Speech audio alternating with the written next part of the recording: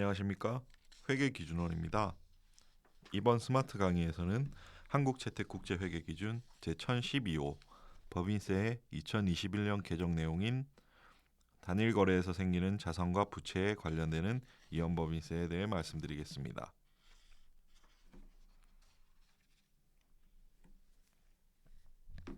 먼저 기준서 제1012호 법인세의 이연법인세 자산과 부채 인식과 관련한 사항을 간단히 살펴보겠습니다. 원칙적으로 이연법인세 부채는 모두 인식해야 하고 이연법인세 자산은 실현 가능한 범위까지 인식해야 합니다.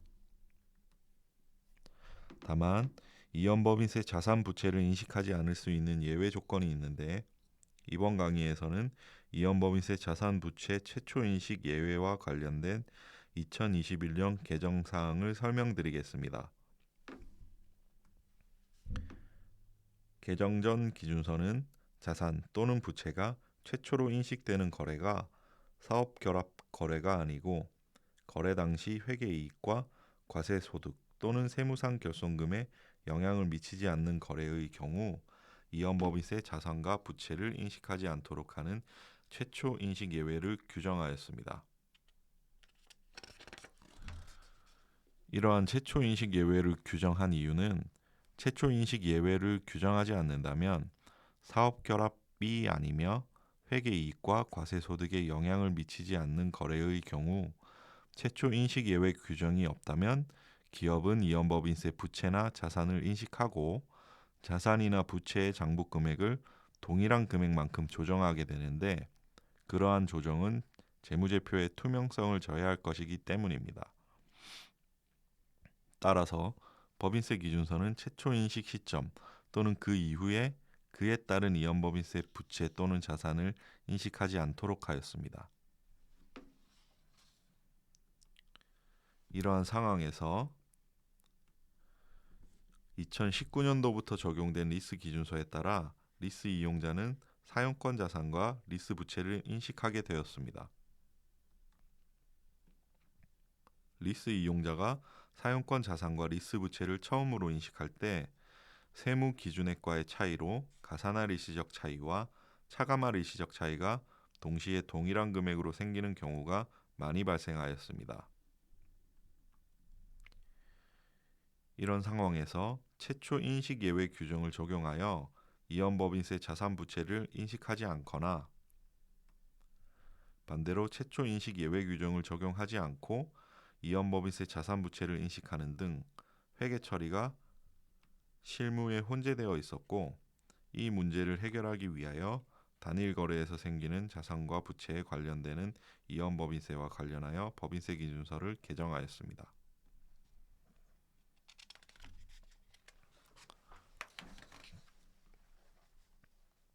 2021년 개정 내용을 살펴보면 이연법인세 최초 인식 예외를 규정한 기준서 제1012호 문단 15, 문단 24의 단서에 요건 3을 추가하여 단일 거래에서 자산과 부채를 최초 인식할 때 동일한 금액으로 가산할 일시적 차이와 차감할 일시적 차이가 생기는 경우에는 각각 이연법인세 자산과 부채를 인식하도록 하였습니다. 다시 말해 요건 1, 2, 3에 모두 해당하는 거래에서 자산이나 부채를 최초로 인식할 때 생기는 이연법인세는 인식하지 않는데 사업결합 거래가 아니고 거래 당시 회계이익과 과세소득 또는 세무상 결손금에 영향을 미치지 않으면서 거래 당시 동일한 금액으로 가산할 일시적 차이와 차감할 일시적 차이가 생기지는 않는 거래에서 자산이나 부채를 최초로 인식할 때 생기는 이연법인세는 인식하지 않습니다.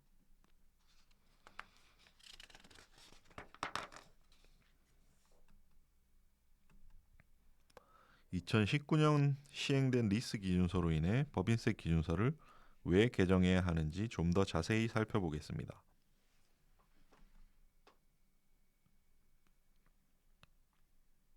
KIFRS 제1116호를 적용하면 리스 이용자는 리스 개시일에 사용권 자산과 리스 부채를 인식합니다.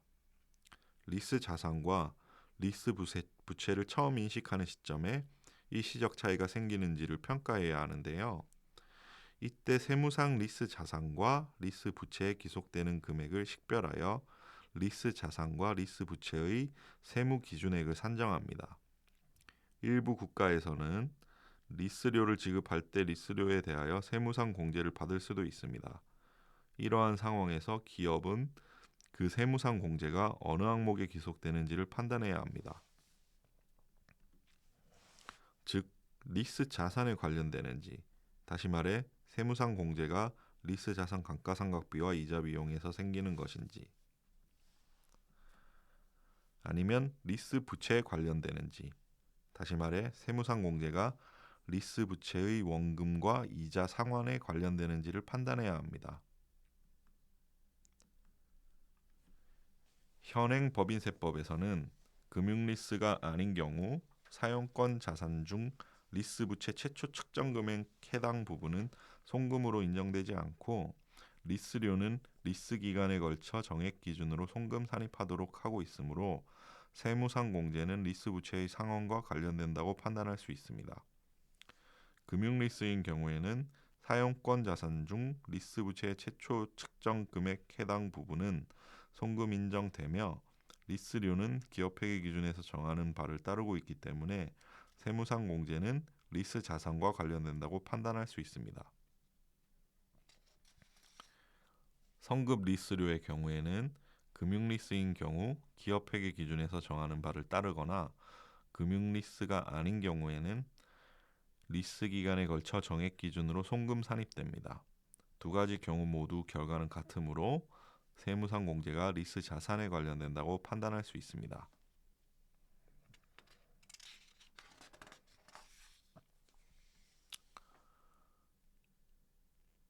앞서 세무상 공제가 리스 자산과 리스 부채 중 어느 항목에 기속되는지는 적용되는 세법을 고려하여 판단해야 한다고 말씀드렸는데요. 최초 인식 시점의 일시적 차이는 세무상 공제가 리스 부채에 기속된다고 판단하는 경우에만 생깁니다. 리스 자산의 감가상각비와 이자 비용에 대해 세무상 공제되면 세무상 공제가 리스 자산에 기속되는 경우로 리스 자산 및 리스 부채의 세무 기준액은 그 장부 금액과 동일합니다. 이는 기업이 리스 자산의 장부 금액이 회수될 때 동일한 금액의 세무상 공제를 받을 것이고 리스 부채와 관련해서는 세무상 공제를 받지 않을 것이라는 점을 반영하기 때문입니다. 이를 사례로 보면 회사는 리스 자산과 리스 부채를 재무제표에 각각 100씩 인식하고 있습니다. 리스와 관련한 세무상 공제가 100인데 이러한 세무상 공제가 리스 자산에 기속된다고 판단하는 경우에 리스 자산의 세무 기준액은 100이 되어 최초 인식 시점의 리스 자산과 관련한 일시적 차이는 발생하지 않습니다.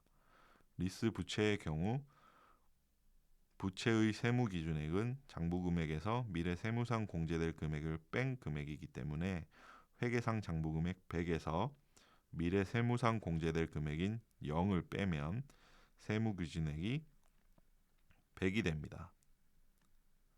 따라서 리스 부채에서도 최초 인식 시점의 일시적 차이는 발생하지 않습니다. 이와 다르게 세무상 공제가 리스 부채에 기속되는 경우 리스 자산의 감가상각비가 세무상 공제되지 않으므로 리스 자산의 세무 기준액은 0이 되고 최초 인식 시점에 가산할 일시적 차이 100이 발생하게 됩니다. 반면 리스 부채의 경우 회계상 장부 금액 100에서 미래 세무상 공제될 금액 100을 뺀 0이 세무 기준액이 되고 따라서 최초 인식 시점에 차감할 일시적 차이가 발생하게 됩니다. 이는 기업이 리스 부채와 관련해서는 그 장부 금액과 동일한 금액의 세무상 공제를 받을 것이고 리스 자산 장부 금액의 회수에 대해서는 세무상 공제받지 않을 것이라는 점을 반영합니다. 따라서 리스 자산 및 리스 부채에 관련되는 일시적 차이는 리스의 최초 인식 시점에 생깁니다.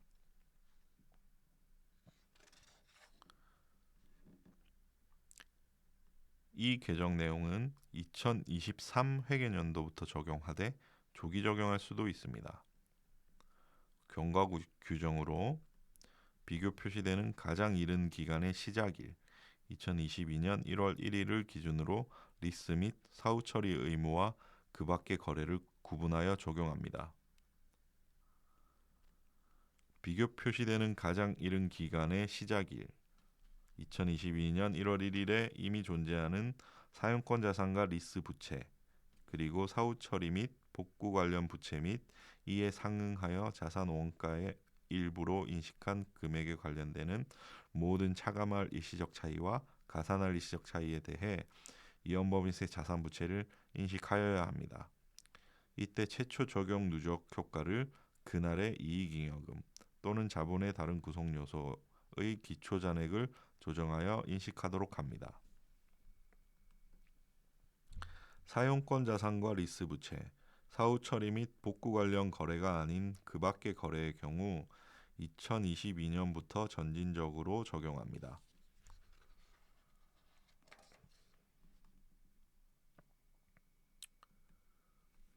복구 충당 부채와 관련한 이연법인세 인식 사례를 보겠습니다. 기업은 5년 후 공장 관련 복구 비용이 1,000이 발생할 것으로 예상하고 있습니다. 해당 공장은 사업 결합의 일부로 취득한 자산이 아닙니다. 이와 관련하여 기업은 KIFRS 제 1037호에 따른 복구 충당 부채와 관련한 자산, 유형 자산을 700씩 각각 인식하였습니다. 700은 5년 뒤 예상되는 복구 비용 1,000의 현재 가치 금액에 해당합니다. 세법상 복구 비용은 실제 지출될 때 공제됩니다. 이 사례에서 적용되는 세율은 20%입니다.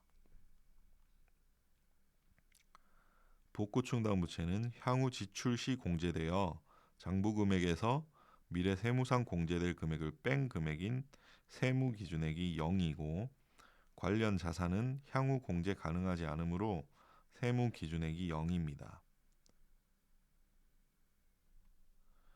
동일한 금액의 가산할 일시적 차이와 차감할 일시적 차이가 발생하며 개정 기준에 따라 최초 인식 예외 적용 대상에 해당하지 않으므로 이연법인세를 인식해야 합니다.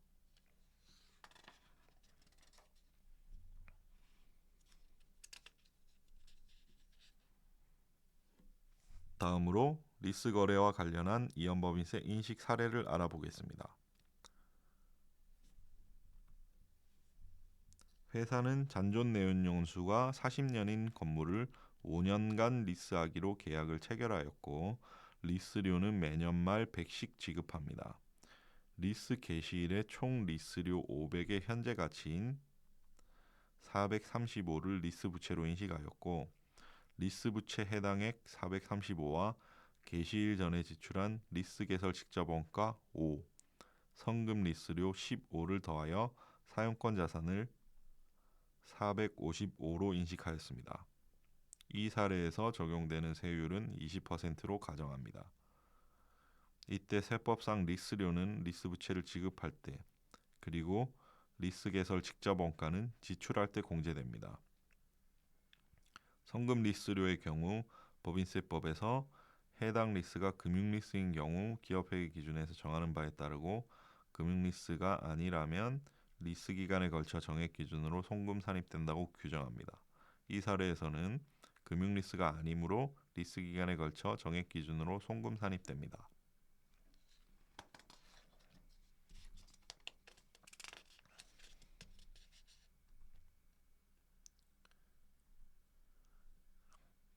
리스 부채는 향후 리스 부채 지급 시 공제가 되고 사용권 자산 중 리스 부채 측정 금액 해당액은 세무상 공제가 가능하지 않기 때문에 모두 세무 기준액은 0입니다.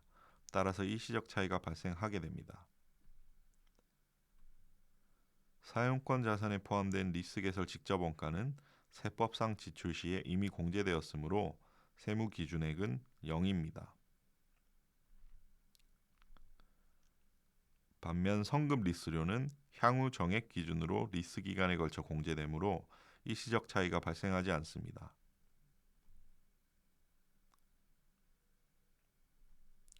발생한 일시적 차이는 관련된 요소에 따라 리스 개설 직접 원가와 리스 부채 측정 금액과 관련한 것으로 구분되고 각각에 대해 이연법인세 최초 인식 예외 적용 여부에 대해 기준서에 따라 판단하면 다음과 같습니다.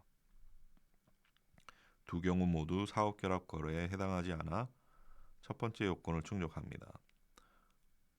두 번째 요건의 경우 리스 개설 직접 원가는 지출 시에 이미 세무상 공제가 되어 거래 당시 과세소득에 영향을 미쳤기 때문에 두 번째 요건을 충족하지 못합니다. 리스 부채 측정 금액의 경우 사용권 자산과 리스 부채로 각각 회계상 인식될 때 회계 이익과 과세 소득에 영향이 없으므로 두 번째 요건도 충족합니다. 하지만 리스 부채 측정 금액의 경우 사용권 자산과 관련하여 435의 가산할 일시적 차이가 발생하고 리스 부채에서 435의 차감할 일시적 차이가 발생하여 동일한 금액으로 가산할 일시적 차이와 차감할 일시적 차이가 발생하여 세 번째 요건을 충족하지 못합니다. 따라서 해당 거래에 대해 이연법인세를 인식해야 합니다.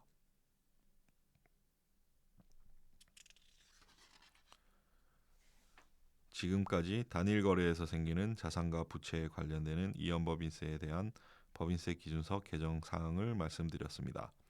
스마트 강의를 경청해 주셔서 감사합니다.